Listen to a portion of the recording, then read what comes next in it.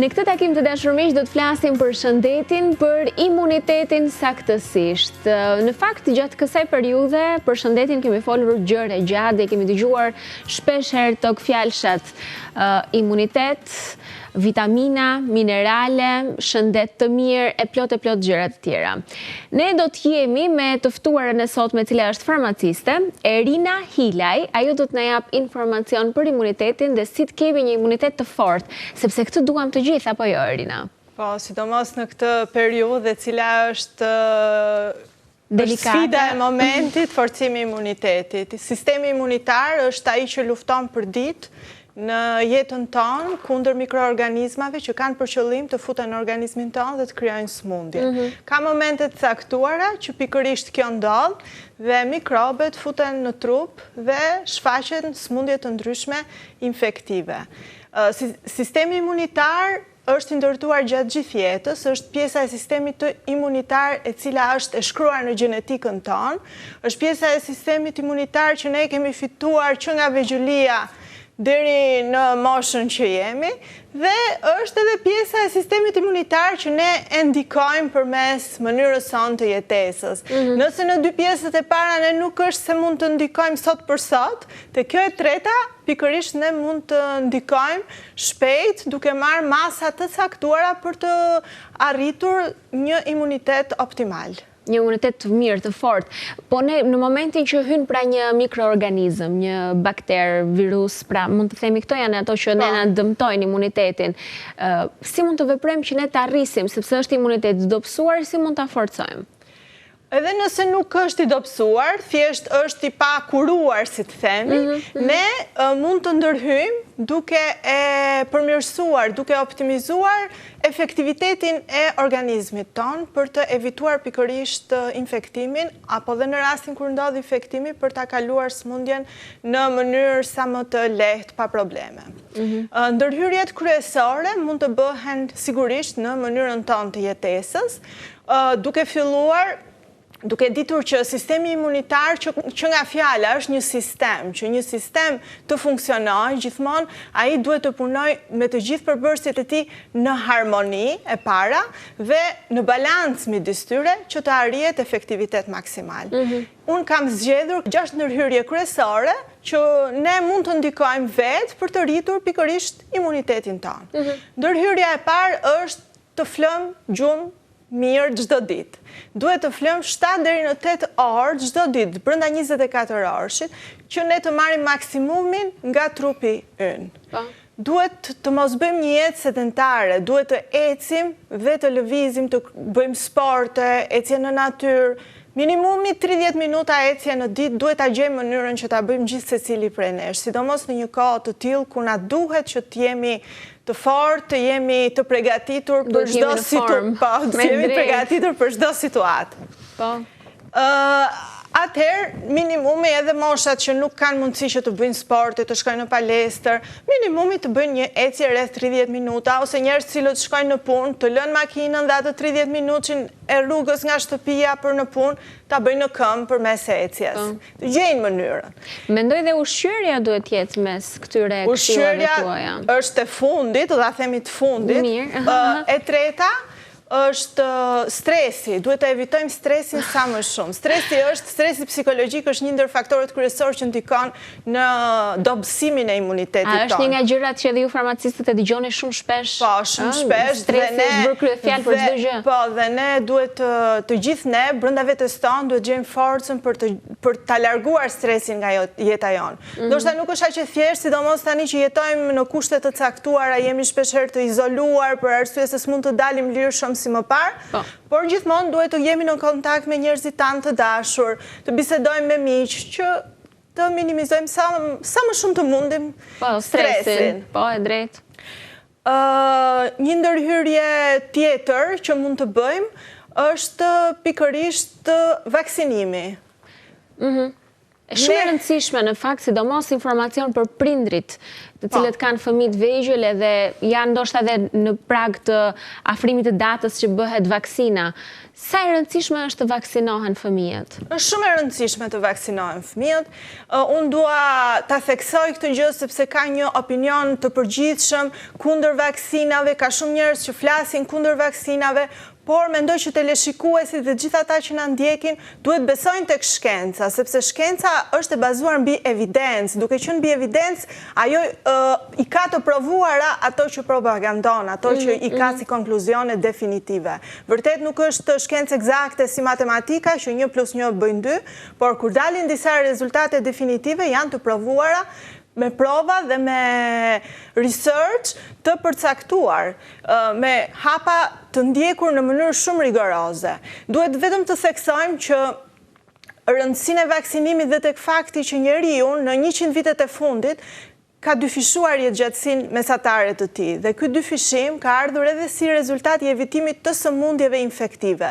Shumë nga sëmundjet që ne sot i kemi banale, i quajmë banale, siç është për shembull lia e dhenve, janë sëmundje vdekjeprurëse, kanë qenë sëmundje vdekjeprurëse që bënin që njerëzit të vdisnin në moshë shumë të re. Pikërisht përmes skemave të vaksinimit shumë korrekt, është arritur që të evitohen sëmundjet infektive, tuberkulozi, fruthi, rubeola dhe gripi sezonal. Ata njerëz cilët vaksinohen rregullisht çdo vit e kanë evituar gripin sezonal dhe efektet anësore, problemet që sjell ai. Prandaj, vaksinimi duhet ta theksoj që vaksinimi është i rëndësishëm dhe ne duhet të besojmë tek shkenca, ta lexojmë dhe të kuptojmë. Qartë. Pra një nga format ishte edhe kjo për një imunitet të fortë. Fort, po. Dhe vaksinat mendohet, sipas një studimi që është bërë në Spanjë, edhe vaksina e gripit, në mënyrë indirekte ndikon edhe në kalimin e SARS-CoV-2-shit në një 38% më pak grupi që ishte i vaksinuar kundrejt gripit, kundrejt grupit të pak vaksinuar kundrejt gripit. Kështu që edhe vaksina e gripit është në ndërtimin e këshillat tuaja. Është dhënë edhe vaksinës së tuberkulozit një rëndësi në këtë kohë, pasi ajo zhvillon imunitetin e përgjithshëm dhe mendohet që ka ndikuar ndjeshëm që vendet që aplikojnë këtë vaksinë kanë pasur një përgjigje ndaj sëmundjes më të pakët kundrejt atyre që nuk e bëjnë si vendet perëndimore ku dhe vdekshmëria ka qenë më e lartë. Një ndërhyrje e fundit që mund të bëjmë është mënyra jone e jetesës, mënyra e të ushqyerit, ajo që ne ushqehemi për ditë, nuk është ajo që ne bëjmë për ditë për veten tonë, ushqehemi për ditë. Nuk është e lehtë, ndoshta edhe për shkak të kushteve të punës, që të mbash një regjim ushqimor shumë të shëndetshëm. Ose të ndihmeve të ndryshme. Patjetër. Që ndonjëherë të dalin ëmbëlsirat përpara, apo ka dhe nga ata që bëjnë gabimin, këtu për shembull, unë e quaj të pafalshme në thonjza, që marrin ushqimet e shpejta, jo të shëndetshme. Aty edhe mund ta shmangim në fakt. Po, ushqimet që janë të gatshme, të cilët detyrimisht që të jetojnë gjatë, derisa janë të gatshëm që ato të jetojnë brenda datës së skadencës, kanë lëndë konservante, që të gjitha janë kimikate. Kështu që detyrimisht ushqimet që ti gatuan vetë, që janë të freskëta, që ti zgjedh përbërësit me kujdes maksimal për veten tënde, sigurisht janë më të shëndetshmet. Është për të theksuar që duhet të evitojmë pikërisht atë që thatë juve të ëmblat. Duhet të ndikojmë shumë, duhet të forcojmë dhe të marrim proteinat, cilat ndikojnë ndjeshëm në rritjen e imunitetit dhe në ushqime të shëndetshme. Sa më të shëndetshme, të freskëta, si gjithmonë frutat, perimet. Fruta, perime në çdo vakt, sa më shumë të mundemi, por dhe frutat pa egzageruar. Më tepër perimet duke egzageruar dhe frutat pa egzageruar. E bukur kjo. Këshill e vlefshme vërtet. Sepse frutat kanë edhe shumë sheqer dhe nëse merren pa e sap, normalisht mund ta teprojmë. Po, dhe s'na lën edhe hapësirë të ham edhe ndonjë gjë kështu. Nga ato që duam neve të shkelim një çikës. Megjithatë, ushqyeria mbetet pra një nga këshillat më të rëndësishme për çfarëdo lloj teme që të diskutosh për shëndetin, në lidhje me shëndetin, ushqyeria është kryefjala. Po a janë të mjaftueshme dietat ushqimore për t'i marrë të gjitha vlerat që ka nevojë trupi? Jo, nuk janë të mjaftueshme të gjitha dietat ushqimore. Varet edhe cilën dietë ushqimore ndjek, por në një regjim të zakonshëm, ne kemi fatin që jemi mesdhetar dhe dieta mesdhetare është një ndër dietat të provuara që është më të mirat në botë. Ne mjafton të ndjekim traditën tonë dhe jemi okej me mënyrën e të ushqyerit, sepse në ditën tonë kemi të përfshirë mishin, proteinat, kemi të përfshira të gjitha perimet, gjellët tradicionale janë të gjitha me perime. Kështu që por me gjitha të, nëse stili jonë i jetesës nuk na lejon që ne të plotësojmë të gjithë nevojat e organizmit me ushqimin, që është dhe forma më e mirë e marrjes pikërisht të gjithë vlerave ushqimore, mund ta marrim përmes vitaminave dhe kemi parë që kohët e fundit multivitaminat janë ato që na kanë dhënë zgjidhje më shumë për forcimin e imunitetit. Shumë e vërtet në fakt. Dhe sidomos kombinimi tresh që po jepet dhe po merret nga të gjithë pacientët të cilët edhe sëmuren me Covid, është vitamina C, vitamin D dhe zink në doza të larta. E drejtë. Të besoj... Doja të pyesja, sepse unë kam marrë enkas një nga vitaminat, Neovitën, që mua ma kanë sugjeruar për ta përdorur, dhe me qënë se unë e kam që e përdor, mendova ta ndajmë së bashku edhe për teleshikuesit, duke qenë se është pra një nga suplementet që sugjerohet. Neovitën, me qënë se ju jeni farmaciste, keni informacion bollshëm që të na shpjegoni edhe për teleshikuesit. Përse duhet ta përdorim? Atëherë, fillimisht duhet vëmë re që shumë pacientëve sot po ju jepet disa vitamina dhe të veçanta, si që është vitamina C, vitamina D dhe zink, kjo treshe sidomos, në mënyrë të veçantë. Të gjitha vitaminat sigurisht ndikojnë, këto të treja janë sepse kanë mendohet që kanë efekt antiviral, prandaj jepen, dhe prandaj po jepet kjo treshe. Por është e mirë të theksoj që nuk mund të merren vitaminat të gjitha veç e veç, për një kohë të pacaktuar, sepse duhet të ruhemi edhe nga mbidozimi prej tyre. Nëse ne marrim në mënyrë të vazhdueshme element si zinku që është mineral, si vitamina C dhe vitamina D, i marrim për një kohë shumë të gjatë, në doza të mëdha, kur them kohë shumë të gjatë disa muaj, ndodh akumulimi ose depozitimi i tyre në organizëm. Prandaj, vjen një moment, ti mund të marrësh një kur në momentin e sulmit kundrejt sëmundjes, më pas është e mjaftueshme që të kalohet më tej për të forcuar dhe për të sjell imunitetin në maksimumin e mundshëm mbasi keni kaluar sëmundjen, kalojmë tek multivitaminat që i kanë të gjithë përbërësit, por në doza të moderuara që dhe mos të depozitojnë më tepër se ç'na takojnë. Ajo është një multivitamin që i ka të gjithë përbërësit, i ka zinkun, vitaminën C, vitaminën D, me sa shoka dhe hekur. Hekurin, B-kompleksin, vitamin A, vitamin E, ka dhe 6 minerale, magnez, hekur, mangan, bakër, zink, dhe përveç të tjerave ka dhe bimën ginseng, që është bima kryesore e mjekësisë vjetër kineze, dhe quhet ndryshe druri i jetës. Kjo i dedikohet faktit që është një lëndë, një ekstrakt bimor me antioksidant, me shumë antioksidant, dhe jep gjallëri dhe vitalitet për njerëzit që e përdorin. Prandaj quhet edhe druri i jetës dhe do të ishte shumë i nevojshëm edhe për pacientët të cilët kanë kaluar Covidin dhe dihet që kjo sëmundje lë një lodhje kronike më pas, sepse kjo i largon ginsengu përveç gjithë mineraleve dhe vitaminave që ushqejnë organizmin, ginsengu largon lodhjen dhe stresin të akumuluar nga problemi shëndetësor. Shumë interesant. Megjithatë, asnjëherë ajo këshilla tipike që kam dëgjuar edhe herë të tjera, se mua tani ma kanë sugjeruar Neovitën ta përdor, duke qenë se në periudhën e virozave është mirë që të kemi furnizim vitaminash në trup dhe mineralesh, po nuk mund të zëvendësohet asnjëherë ushqimi me vitaminat. Forma më e mirë e përthithjes së elementeve nga organizmi mbetet gjithmonë ushqimi. Por është e vështirë që ti përmes ushqimit të marrësh të gjithë elementët. Dhe kjo bën që shumë njerëz t'i drejtohen një multivitamine në ditë dhe ta marrin për shumë muaj me radhë që të plotësojnë të gjitha mungesat me minerale dhe vitamina që kanë në organizmin e tyre.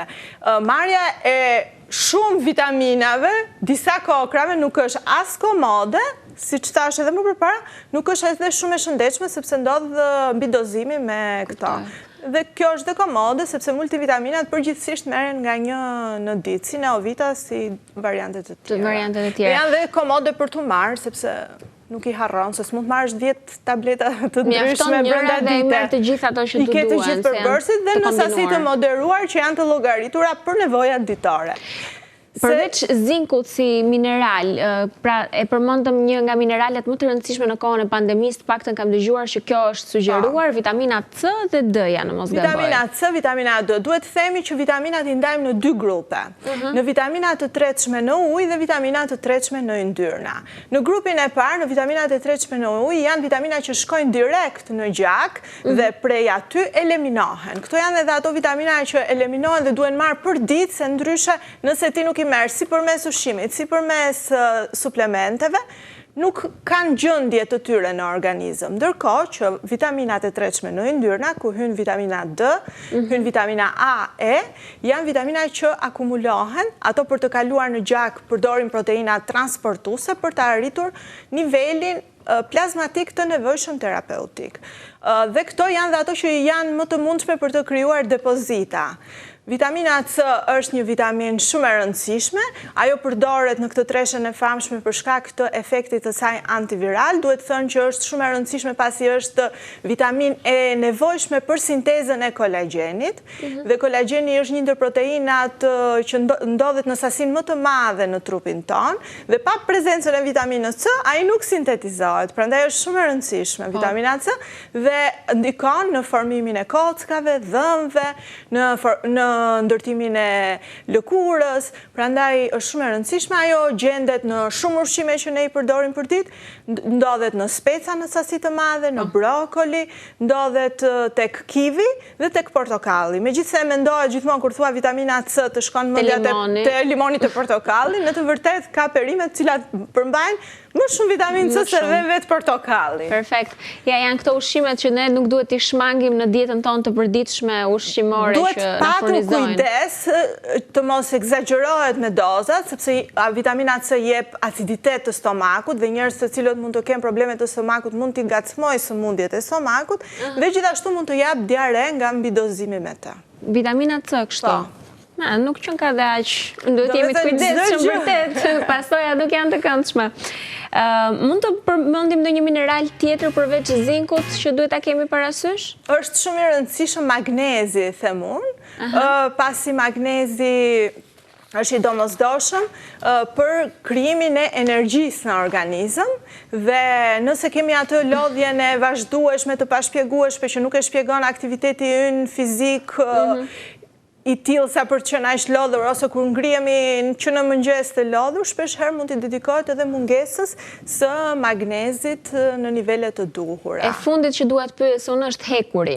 Hekuri është një ndër mineralet kryesore të organizmit dhe pse është kryesor dhe ka shumë rëndësi sepse hekuri merret përmes ushqimit, ndodhet kryesisht tek mishi, tek ushqimet shtazore, tek peshku dhe në disa perime.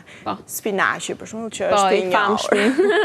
Por hekuri është i rëndësishëm, mungesa e hekurit jep anemin, ferrodeficitare ose ferriprive që quhet, anemi që karakterizohet nga mungesa e hekurit. Hekuri është i domosdoshëm edhe për personat që duan të ruhen nga Covidi, se ka studime që tregojnë që njerëzit që janë anemik e kalojnë më rënd sëmundjen. Kjo i dedikohet faktit që hekuri lidhet me oksigjenin dhe bën transportin e oksigjenit në gjak si element në organizëm dhe në momentin që dhe vetë SARS-CoV-2 indikon tek përqindja e oksigjenit në gjak, hekuri, prezenca e anemis tek pacienti që infektohet e agravon më tej sëmundjen. Gjithmonë anemia duhet kuruar dhe nuk kurohet anemia me ushqimin dhe nuk kurohet anemia me multivitamin. Nëse ti je anemik, duhet të kurohesh me produkte hekurit të cilat kanë nivel të lartë të hekurit. Nuk kurohet as me ushqim, as me multivitamin të cilat kanë doza të moderuara të hekurit, duhet thënë. Janë ato shishkat zakonisht, ka lloje të ndryshme ose që duhet të përmbajnë hekur elementar, minimumi 50-60 mg doza, ose në formën e sulfatit të hekurit 200 mg, 250 mg, që konvertohen në 50-60 mg hekur elementar. dhe ajo merret 2-3 herë në ditë në varësi dhe të rezultateve të analizave. Si është nevoja e secilit individ? Të ferritinës, që tregon depot e hekurit, dhe të niveleve të hemoglobinës. Informacione shumë të nevojshme për shëndetin, ne do të mbetemi bashkë në fakt në Rrezë Dielli do të ketë shpesh herë takime për shëndetin, pikërisht me Erinën për të folur për tema nga më të ndryshmet që gjen vend gjithmonë për pyetje. Imuniteti, sistemi imunitar, ajo çka të gjithë ne kërkojmë ta forcojmë dhe të jemi në gjendje për të përballuar çfarëdo lloj viroze apo le të themi gripi, çfarëdo lloj gjëje që qarkullon që mund të na dëmtojë shëndetin. Çështja është të gjejmë mënyra se si ta forcojmë imunitetin dhe çfarë këshillash të ndajmë bashkë, pra. Po jo vetëm kaq, do të kemi plot tema të tjera apo jo. Do të jetë një rrugtim i këndshëm dhe i gjatë për me Erinën këtu në Rrezë Dielli. Faleminderit shumë që ishe me ne. Faleminderit juve, Katerina. Kënaqësi dhe do ta mbyllim këtu. Ju falenderoj shumë që ishit sot me Rrezë Dielli. Ju përshëndes, një ditë bukur të gjithëve.